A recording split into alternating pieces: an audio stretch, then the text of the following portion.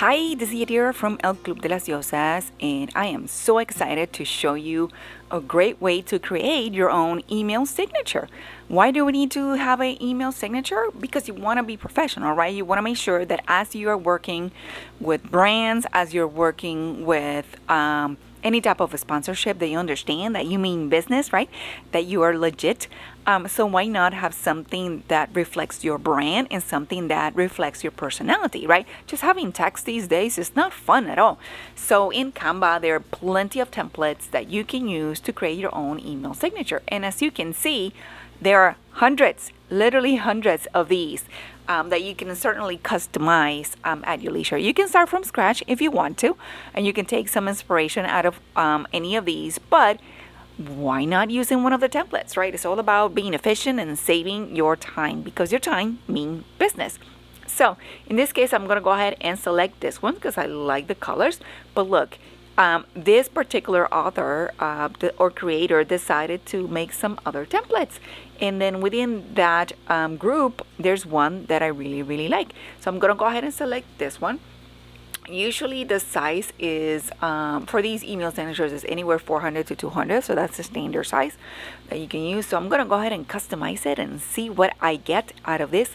Love the colors, love the little elements that it has in there. So I'm going to go ahead and add my name to this. As you can see, the template, it says include phone number, include a way for you to include your handles, your website address, your email address. So in this case, because the name of all my handles are the same, Club de las Diosas, I'm just going to go ahead and put an @ and then Club de las Diosas in there, eliminate the .com. Under the website address, I'm going to go ahead and refresh it with my own website address, which is clubdelasdiosas.com.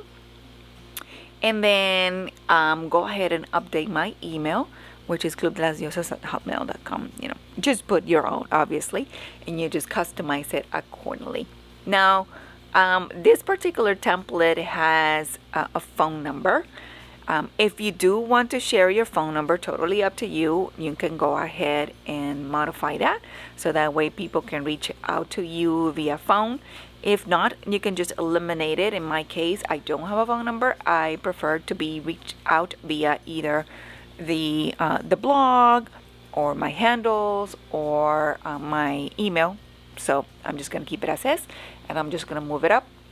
And then I am just going to play around with exactly what other colors and other opportunities I have over here. I love the yellow, but I want to see if there's an opportunity to change it to other colors as well. So in this case, I'm just going to click. As you can see on the top, the yellow will pop up, but check and see all the other colors that I can use. This is kind of like a pink orangey type of color. This one is more fuchsia. This one is blue. I think out of the three, I like the fuchsia. I like how it blends well with other colors. But again, you can just go ahead and use whatever you want. And then on the circle, I'm going to go ahead and update it with something that has my image. Totally totally up to you, whatever you want to do. Another cool thing that you can do in this particular email signature is you can add elements that are animated and make it fun and exciting. Make it different, right? Again, it's all about your brand. It's all about the things that you can do. You can modify the current elements. You can just change the colors. Make it your own. Make it your brand. It is a way for you to showcase everything you can do. In terms of animations, as you can see, I decided to animate my name. So then when people see my email signature, they'll see my name.